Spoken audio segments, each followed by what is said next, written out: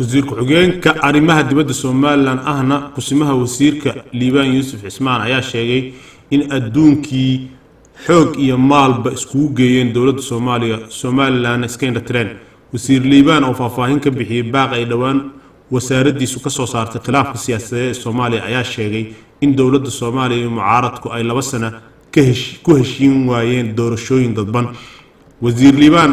ayaa taa beddelkeeda sheegay in Somaliland ay qabsatay doorashooyin kala duwan oo qof iyo cod ah loona baahan yahay in caalamku eego waxay 2 sano ee u dambeeyay ku muransan yihiin doorashooyin dadban oo 100 qof ay dooranayaan madaxweynaha Somaliland doorashooyin fara badan baa ka dhacay oo qof iyo cod ah ayuu yiri wasiir Liibaan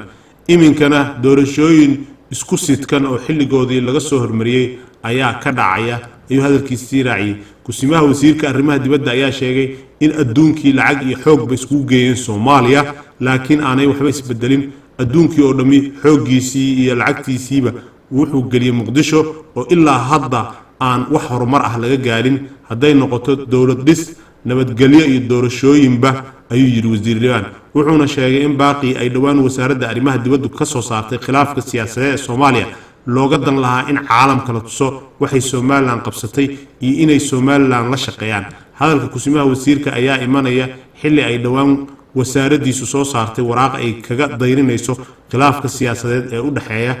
dawladda madaxda maamulada iyo mucaaradka